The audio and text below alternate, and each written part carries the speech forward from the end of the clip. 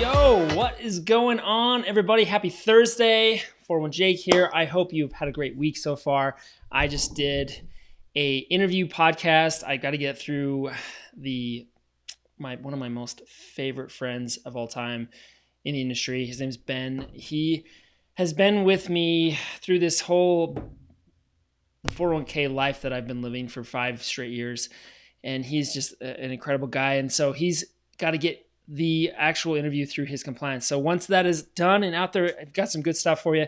But today I want to get right to it because I'm pumped about this, because yesterday I went out, had my first enrollment meeting in person. We practiced social distancing. We didn't shake hands or touch or anything or hug or whatever, but I was out live in person and it was a blast. So I want to talk about Enrollment Means today because I think it's important to discuss this, and here's why. Let me tell you a quick story why 401k Enrollment Means can be the best or the worst thing possible for an employee. Let me tell you why. Because when I think I was 18 years old, I started working at my first big real company, right? I had this full-time job. I was in a call center.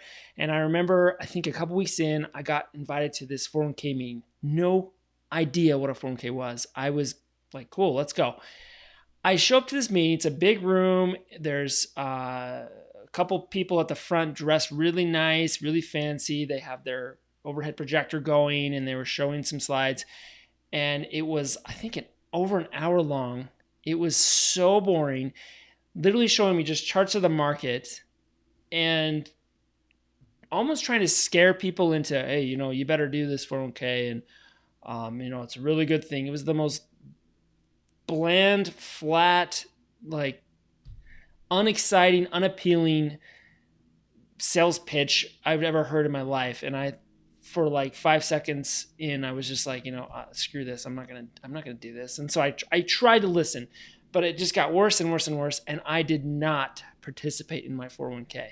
Now, I didn't stay at that company for too long, but the real problem was it turned me off on 401ks for quite a while from then out. And if I had not had that experience, if I had a better experience, if I had had somebody to really motivate me and excite me and help me understand how the 401k was purely an account type, not an investment itself, it's actually an investment vehicle that holds investments, and just make it more real for me, help me understand why it would be appealing to me to make a decision to put money out of my check into that as an 18-year-old kid, I probably would have a better 401k balance right now. I know I would, obviously, because I'd have more time on my side, even through the market ups and downs over the last 20 years, would be significant. Wow, it actually is 20 years ago. I'm that old. And so why I tell you that story, because I have seen this happen too much, where enrollment meetings are so boring and they're not effective, and they're not good. So I want to talk about my top 3 things that I've done for my clients that have helped improve our numbers, improve our outcomes, improve participant education and enrollment, and overall just taking advantage of the 401k. And this is something I hadn't ironed out initially in my career. Once I got to become a 401k advisor, I actually had one plan where I was using a new record keeper, and I won't tell you who, but I brought in the record keeping local person to do the enrollment meeting. He did the same thing that happened to me when I was 18. Put on an hour's worth of boring slides and market data and numbers and statistics and blah, blah, blah. I looked at the room and no one was paying attention. Everyone was looking at their phones. It was a total disaster. So that was where I learned that this has to change. That enrollment means are some of the most important opportunities you have to really impact the lives of those people and the companies you help. So step number 1, keep it short. No one needs to give an hour of their time to listen to you talk about a 401k. They don't. Keep it short. The average American has an 8-second time attention span. Like 8 seconds they can have an attention span. That's it. Used to be 12, now it's 8. It's going down. So when you're talking to someone for an hour and you're showing them slides about the market, the S&P 500 and the NASDAQ, and you're talking really technical to sound really professional and awesome in a suit and tie, or a nice dress and blazer or whatever, you're hurting yourself. So number one, keep it short. I do Enrollment Means in less than 10 minutes. If they go over 10 minutes, it's because they're asking me questions. I do not, and sometimes I don't even get close to 10 minutes.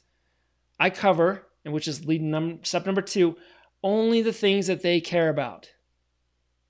You don't know what the market's going to do tomorrow. Don't start out the gate talking about the market and what it has done and what it's doing. Start with the plan, the design, the questions that you get asked by participants. Start there. We put it into four different categories. First, eligibility. When can you get in the plan? Obviously, that's an important thing to tell people. Number 2, when can you enter the plan when you're eligible? You can go monthly, every paycheck. You can do twice a year. That matters significantly to people, especially if it's twice a year and they started in February. They can't get in until July the next year. It's like a really long wait. They need to know that. And even if it's bad news for them, at least they're going to know and they can set expectations. So start right there. Then we go into the match or the company contribution, if there is any. And in a part of that, we discuss how much they can put away. So we make it really simple, depending on if it's a safe harbor plan or not, or what is the match formula and how can they maximize the company contribution if they're having one. That's usually the next question. Then vesting is number 4.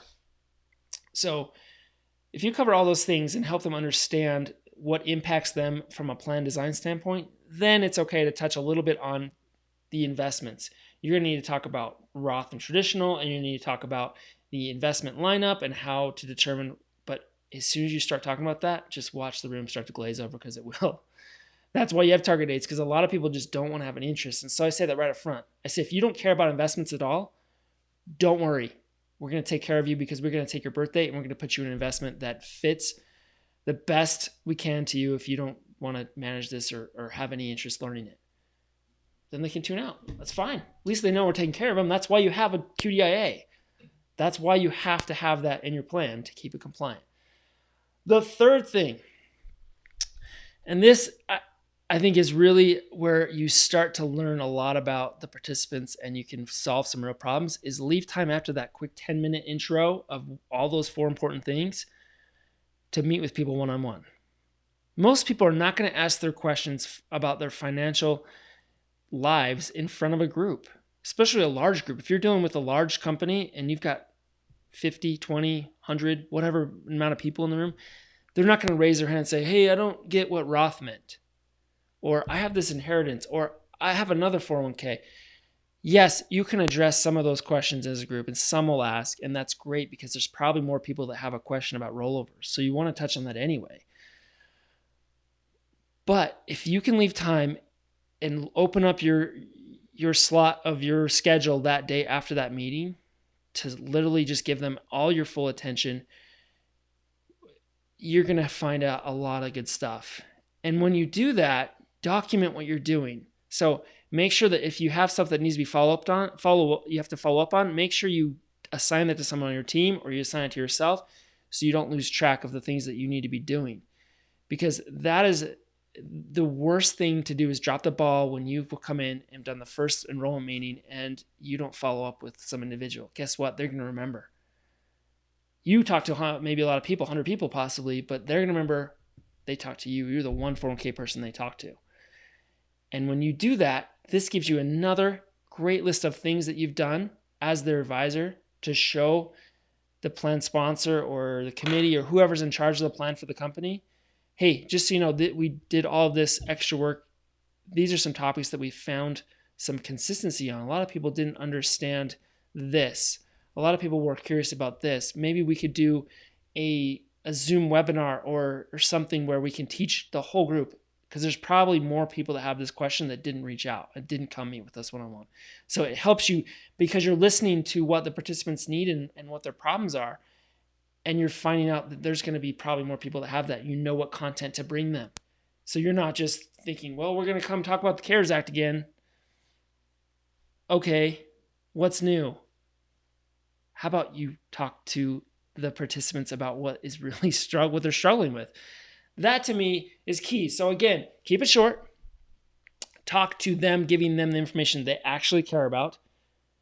Your advanced scientific academic approach to the market is not number one on that list. So it's not. Don't go there.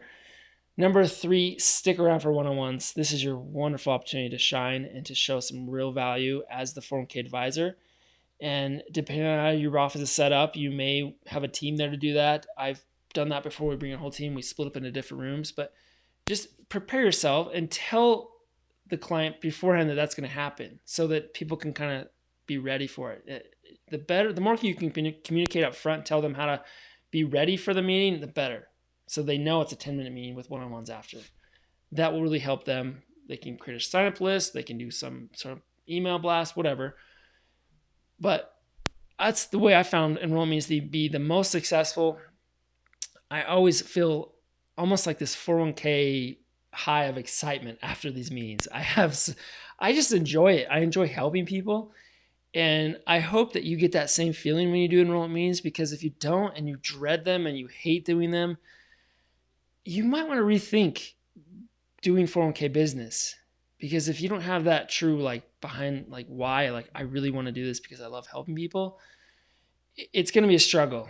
And it's not, 401ks are not a passive business. It's not something you get set on the shelf and you let it and it grows and makes you more money the older you get, and the longer it goes, the less you do. That's not the case at all.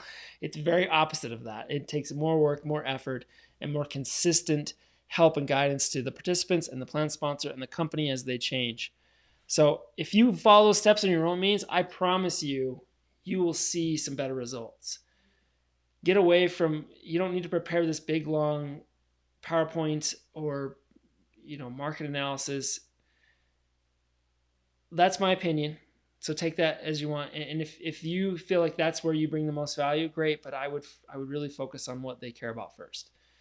And if you do that, I think you'll see results. Please comment below if you do make some changes and you see some good things, or if there's something that maybe you thought of that I could try. I love to continue to improve. So if you've seen success in Enrollment Means, one of the things we had to do since COVID-19 was to pivot from the live meetings we love to do to now we're doing them online. So we'll do a live webinar approach using Zoom, and we'll do a whole panel of us from our office on there. And we also will record little snippets of information that cover those things we talked about in step 2 is, what is eligibility, all those things. We talk about the investments, we talk about distributions or rollovers, and we created landing pages for all of our clients so that wherever they are, whatever time frame they're in, whoever they're with, they can pull up that video and see all the FAQs. They can see the videos of how to do stuff. And so using technology to be able to do the same thing is really impactful. But I still would recommend you at least offer a couple different, or one live meeting where you can get those people that they need the extra push, that won't go to their phones and look at your videos, but will sign up for a live meeting because I feel like that's important. So know your client, know what's best for them, and don't be afraid to keep your meetings short. I'm going to keep this short. I hope you have a great Thursday. Stay safe, everybody. Thanks for watching. We will, I'm going to post a bunch more videos and keep helping you improve 401ks. Have a great day, everybody.